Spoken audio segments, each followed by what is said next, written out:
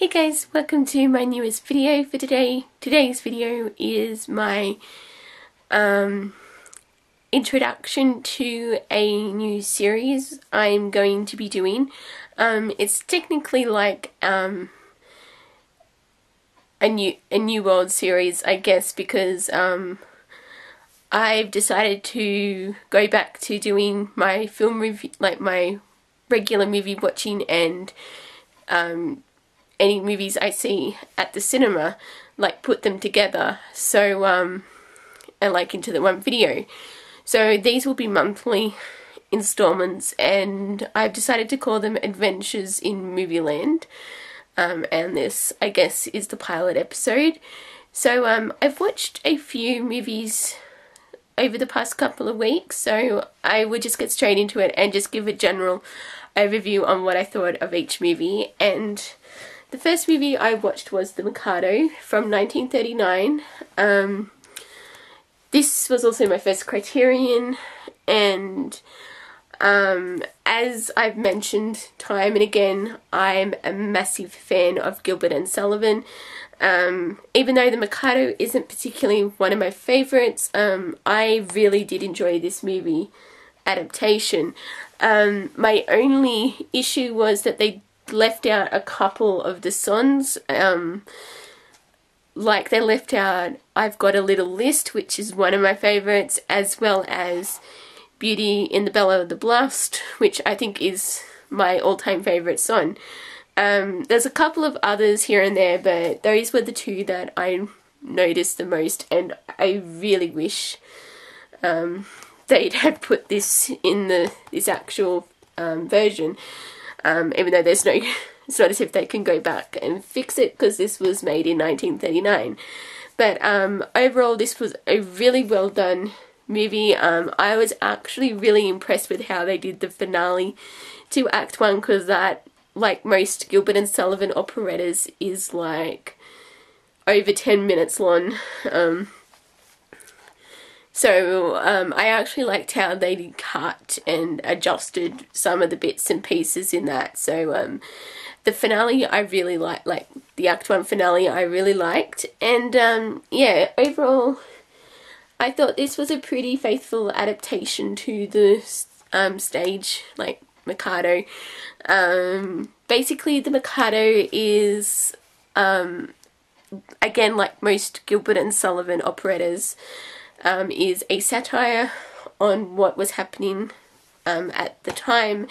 And for this one, it was like the English's obsession with Japanese culture, and it's their take on that. And yeah, I can't really explain it much better really, but yeah, I just know that was part of the reason why they wrote The Mikado. And yeah, I just really do like this song, like this film, and yeah, so it's The Mikado. And then I watched Jumper from 2008. As I mentioned in my update, I didn't really care for this movie, which I don't know, because I kind of knew it wasn't going to be perfect, because like I hadn't really heard anyone saying anything about, like, good about this movie, but I guess I was kind of hopeful that maybe I'd find something that was actually good about it. I didn't really. I mean, it was watchable, but I wouldn't be in a hurry to watch it again. Because I felt that the plot kind of like fell apart really. Like they were trying to be this like really I guess, I don't know, it's just that I felt they didn't really try to explain as much as they could have, like with the actual jumping, why people were given like the particular ability, actually, as to why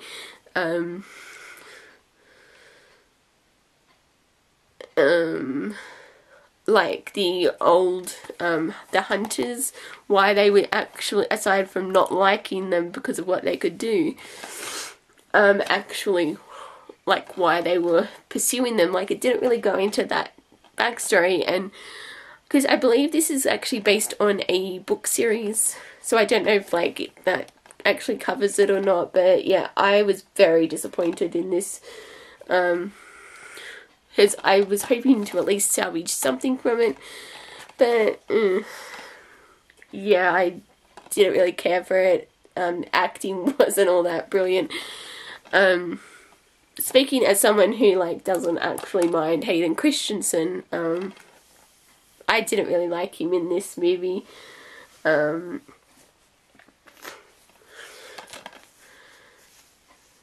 mean, I actually think the only good thing about this was Samuel L. Jackson. I think that's the only good thing I can say about this, because I did like him. But, yeah, this movie, not very good. And then Iron Man 2, from 2010. As I mentioned, I did really like this one. Because I know some people are mixed on whether they liked this one or not. I have to say I actually preferred the first one, but it's only by the smallest of margins. I did think this was a very good sequel, and again, Samuel L. Jackson as Nick Fury. I just love that whole casting. Whoever made that casting decision, yeah, I think it's like the best casting decision in, well, I don't know when, but yeah, I just really like Samuel L. Jackson in this. And on that note, I also can't wait for the Avengers next year. So yeah, because I liked how, you know, because obviously at the end, well, maybe not obviously, if you were like me and had never actually seen the first one, but everyone, like, he revealed to the world at the end that he was Iron Man, and I sort of liked how they were, I guess, sort of dealing with the fallout from that. Like, you had the military wanting his creations so they could use it, and yeah, I just sort of liked how it sort of explored the various angles, like with the media, and yeah, and I love Robert Downey Jr. as Tony Stark. I think he was the perfect choice for this, because he was really good in this movie as well. I mean, he is Iron Man basically, but I like, is Rodney? Is that the his army friend's name? Because I actually liked how they brought in a second, well, I guess, Iron Man as well. So I'm not too sure if they actually called his particular alter ego or anything, but yeah, I really did like it. I liked the humour in this. I actually thought it was interesting with Mickey Rourke as the bad guy. I thought he played a cool villain. So yeah, I just did like this movie a lot. So Iron Man 2. And then from 2008, I watched The Reader with Kate Winslet. I actually was very surprised by this movie, because I thought it was actually quite well done. Kate Winslet deserved the Oscar she won for Best Lead Actress in a movie, because I was actually a bit thrown off by the start, because like, I knew she was like, obviously from the synopsis it said she was like had an affair with a younger man, and I actually thought it was like the way they portrayed the relationship. I really thought that was really well done, even though I was surprised by how much of the story it actually surrounded, because I thought, oh yeah, she'd have this and then it would go to the trial. And but yeah, this was just a really beautiful movie,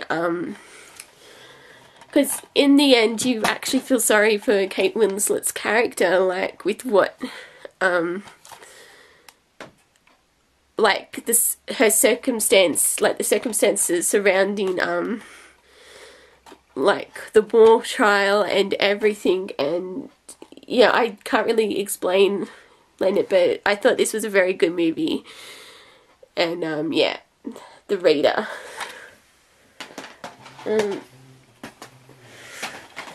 Then I watched 3:10 to Yuma,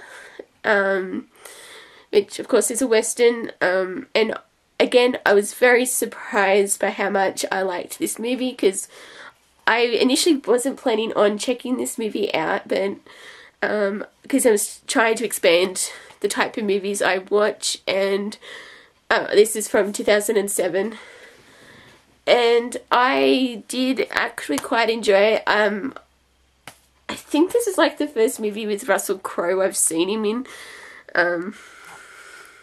Yeah, I did like Russell Crowe and Christian Bale working together.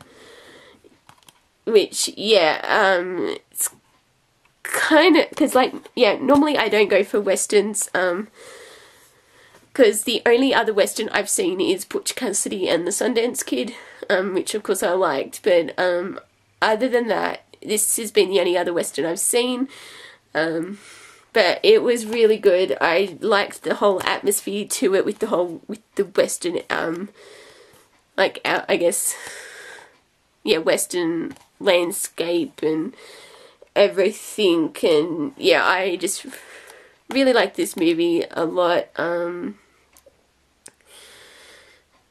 And I was actually surprised by the ending. I won't yeah, going too much into it, but yeah, the ending really surprised me, I'll just say that. So that's 3:10 to Yuma. And then I watched The Social Network from 2010. I wasn't too sure what to expect with this movie. I mean, obviously I know a lot of people really liked it, because when I first heard they were making this, I was like, why would you do a movie about Facebook? Because, like, I'm not a real Facebook person. And I was very pleasantly surprised by this movie. I thought it was really good. Not one of my favourites from last year, but I still did enjoy it. The dialogue, the writing, because obviously I knew Aaron Sorkin wrote the screenplay for this, and I believe he won the Oscar for it, but because he wrote like the first 4 seasons of The West Wing. But yeah, I was really surprised by this movie, and I really liked the way it was told, like through the flashbacks and like how it actually came to be, and yeah, really good. On a side note, I actually didn't realise Brenda Son was in this, because I was watching it, and when her character first appeared, I was kind of like, I know you from somewhere, and like, at that point, for the life of me, I could not figure out where, and then I looked it up, and I was like, yeah, now I know where I knew her from, like, because she's in The Sweet Life of Zack and Cody, just a completely random, unrelated note, but yeah, really impressed by The Social Network. So, yeah. And then Spaceballs, a classic. As I mentioned, I adore this movie so much. I can just quote the entire movie. It's just like every single line. I actually do kind of wish they would make a sequel. I might actually do a video on like with movies I'd wish they would make sequels of, because this would be one of them.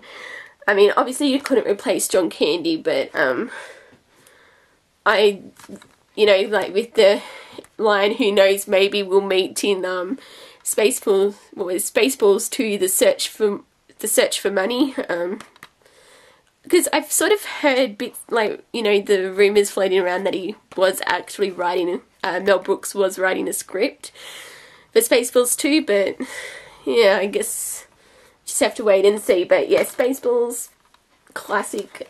Love this movie. So happy to have it on Blu-ray, and yeah, that I got to actually rewatch it, because I think in every other movie overview video I was complaining about wanting to watch this movie, and I had too many other movies to watch, but I've now since watched it, and yeah, Spaceballs.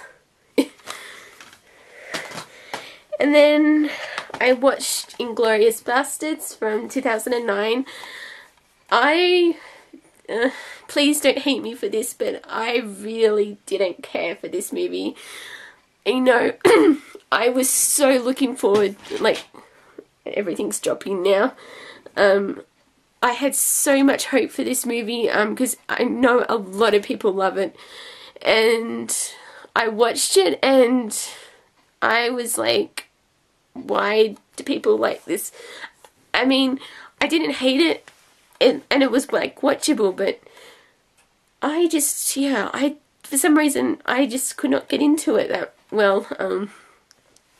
I mean, I thought the ending was like awesome with the cinema, like the whole thing in the cinema, but other than that, I really didn't care for it. I mean, the dialogue was good, but yeah, I'm afraid I just didn't like this movie, so sorry. Yeah, but that's Inglorious Bastards. And the last movie I'm going to review is Hairspray from 2007. This is the musical, and I really did like this. It was just a lot of fun, even though out of the songs that they didn't actually have in this from the Broadway, I wish they had put the Big Dollhouse in this, because that song is just hilarious. I just have it like on, listen to it all the time on my iPod, and I really wish they'd put this in the movie. But aside from that, I thought this was just a fun, like, yeah, I just loved listening to this. It's got a great cast. I'd actually forgotten James Marsden. Marsden is in this because he plays Corny Collins. Because I didn't notice it right until the end when it said like James Marsden, and I was like, oh, he was in this. But it has Queen Latifah, John Travolta in drag, which is a little weird, but as one of my friends told me, if you don't actually think about it too hard, it's not going to be a problem. But yeah, really, really good. So yeah. And that is it for my movie reviews, and the final, I guess, like for the first episode on my new segment. Oh no, actually I just realised before I forget, I did see 2 movies at the cinema. I saw Friends with Benefits and Horrible Bosses. Yeah, because I saw them Wednesday, Thursday last week. I did like both of them, but for me, Horrible Bosses was my pick. Because, yeah, I mean, I did like Friends with Benefits, but for me, I think No Strings Attached was a bit better. But that might be me with my bias towards Natalie Portman, but yeah, just quickly there. So that is it, and until my next video, I will see you guys next time. Bye.